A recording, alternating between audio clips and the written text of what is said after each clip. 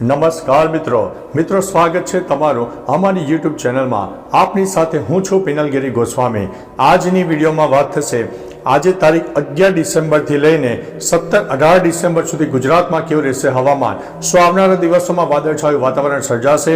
શું છે ઠંડીનો માહોલ? કઈ સિસ્ટમ સક્રિય થઈ છે જેના લીધે ગુજરાતમાં ઠંડીનો માહોલ સર્જાયો છે અને આવનારા દિવસોમાં કયા વિસ્તારોમાં વરસાદની શક્યતા રહેલી છે? તમામ પ્રકારની માહિતી એક વિડીયોમાં આપી દઈશું। પ્રથમ વાત કરીએ તો ગુજરાતમાં ઠંડીની આગાહી।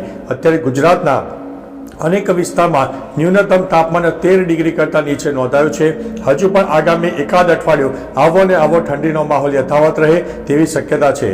તેની પાછળનું મુખ્ય કારણ છે કે ઉત્તર ભારતમાં ઉત્તરી પટ્ટામાં એક મજબૂત વેસ્ટર્ન ડિસ્ટર્બન્સ સક્રિય થઈ રહ્યા છે અને બેક ટુ બેક હજુ પણ વેસ્ટર્ન ડિસ્ટર્બન્સ આવવાના છે, જેની અસરના ભાગરૂપે થઈને રાજસ્થાન અને ગુજરાત સુધી એક ઠંડીની લહેર જોવા મળશે। ઉપરાંત મિત્રો માઉન્ટ આબુમાં તો 0 ડિગ્રી ટેમ્પરેચર પણ થઈ ગયું છે અને બરફ પડવાનું પણ શરૂ થઈ ગયા છે। રોડ રસ્તા અને ગાડીઓ ઉપર બરફ વર્ષા પણ જોવા મળી છે।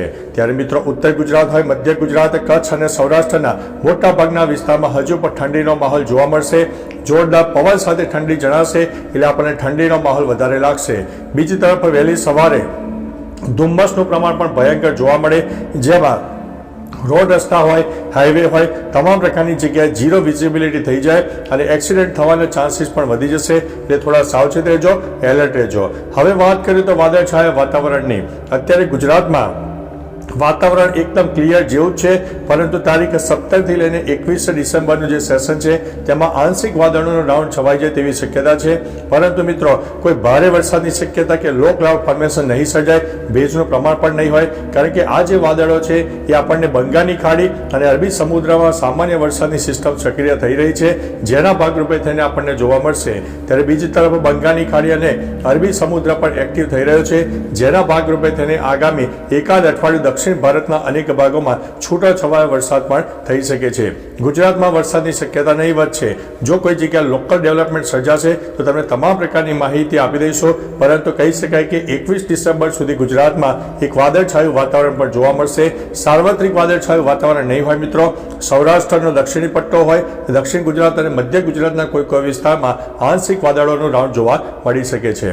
બીજી તરફ મિત્રો સામાન્ય પ્રદૂષણનું પણ પ્રમાણે જોવા મળશે, જેમાં 100 થી લઈને 160 એર ક્વોલિટી ઇન્ડેક્સ જોવા મળી શકે છે। એટલે સામાન્ય હવામાં એક પ્રદૂષણની માત્રા પણ વધી શકે તેવી સંભાવના દેખાઈ રહી છે। બાકી મિત્રો એક એપ્લિકેશનના માધ્યમથી તમે જણાવજો કે તમારા વિસ્તારમાં ઠંડીનું ટેમ્પરેચર કેટલું છે, તમામ પ્રકારની માહિતી આપી દેજો।